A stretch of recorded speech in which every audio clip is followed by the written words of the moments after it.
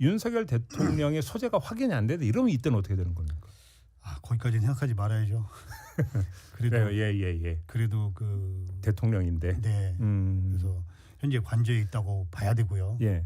그래서 관저에까지 갔는데 없다 이런 상황까지 간다 그러면 정말 국민들이 실망할 것 같습니다. 그래요. 네. 근데 사실 정치권 쪽에서 이제 주되게 나왔던 어떤 의혹이자 우려 가운데 하나가 거기가 이제 그 공관들이 여러 개 있잖아요. 그다음에 또 어제 나왔던 그 뉴스에 따르면 경호처 직원들이 국방장관 공관을 숙소로 쓰고 있다는 뉴스도 이미 나왔고, 그래서 바로 이게 이제 그 지근거리에 다른 공관들이 있기 때문에 공관으로 이동할 수는 있는 거 아니냐, 또 이런 어떤 뭐냐면 우려적인 전망이 좀 있었기 때문에 그 정도는 다 조치를 하고 거다? 있지 않을까. 경찰에서. 네네 이렇게 예상을 합니다. 그래요? 네네. 왜냐하면 그 관저 주변에 공관이 뭐 한 6-7개 정도 있는데 네네. 이미 그 공관으로 도주했을 가능성들도 예측이 됐었고요. 그다음에 그 국방부 공관을 또 경호처에서 사용한다는 이야기도 있었고 네. 그렇기 때문에 서로 연결고리들이 있기 때문에 아마 조치를 취하지 않았을까라는 생각을 합니다. 알겠습니다. 근데 진짜로 이렇게 장기전으로 간다면 투입된 경찰이 나 잠깐 빠져서 예를 들어서 뭐 용변 좀 보고 올게, 밥 좀 먹고 올게, 이게 안 되는 거잖아요.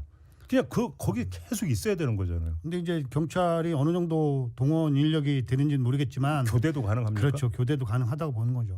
교대가 가능하다. 네. 경호처 직원들은 교대가 안 될 거 아닙니까? 그러니까 그래서 결국 그러니까 어떤 그 인적 대치에 있어서 경찰이 훨씬 우월하다. 네네.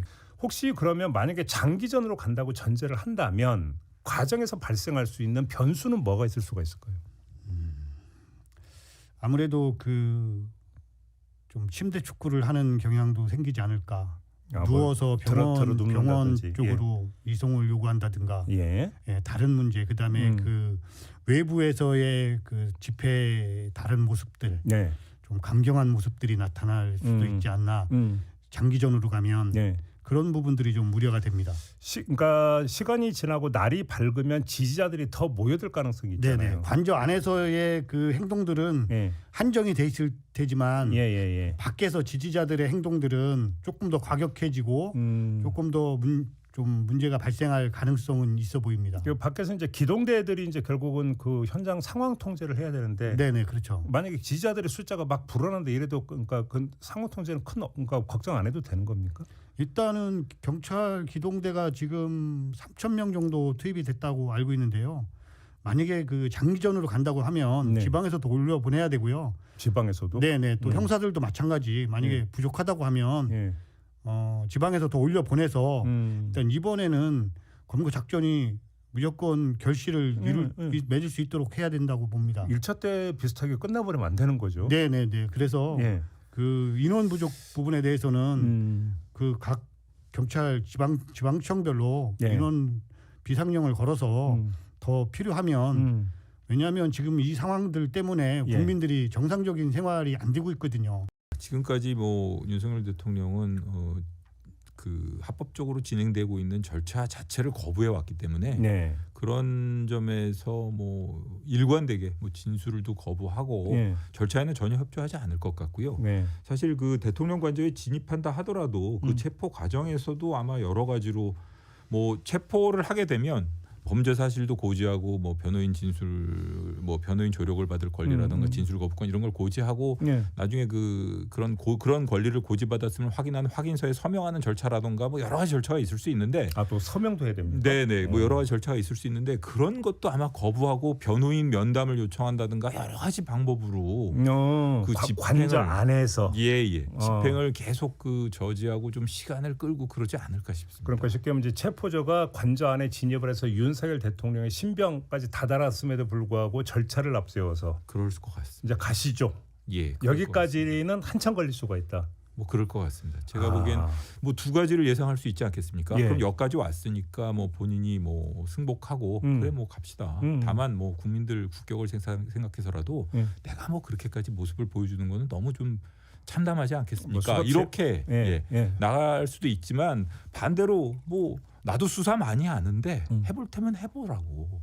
뭐 이렇게 나올 수도 있는데 뭐 어느 쪽일지는 한번 뭐 각자 분께서 판단해 보시면 될 것 같습니다. 자, 두 분께 공통으로 한번 이 질문 드려보고 싶은데 박종준 전 경호처장이 경찰에 출석하기 전에 지금 경호처 직원들에게 3가지를 이야기를 했다고 그래요. 그 가운데 하나가 만약에 윤석열 대통령이 체포가 되면 이동은 경호 차량으로 해야 된다.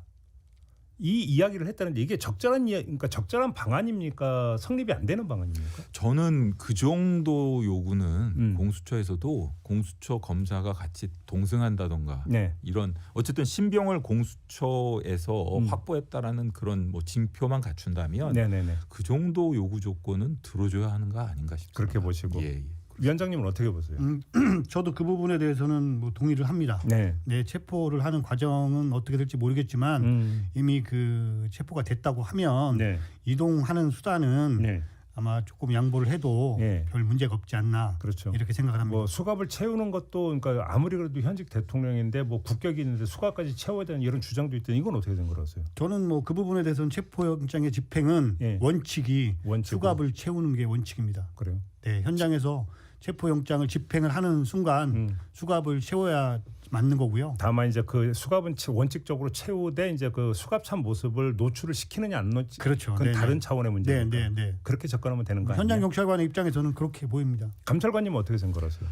뭐 그거는 현장 경찰관의 재량에 딸려 있는 사안인 것 같고요. 저는 뭐 좀 약간 생각이 다를 수 있습니다만 수갑을 채운다고 해서 불법은 아니니까 그건 뭐 현장 경찰관의 재량에 딸려 있는 거고 뭐 충분히 현장에서 뭐 임기응변이라든가 이런 뭐 현장 판단에 따라 달라질 수 있지 않은가라는 생각도 듭니다. 알겠습니다.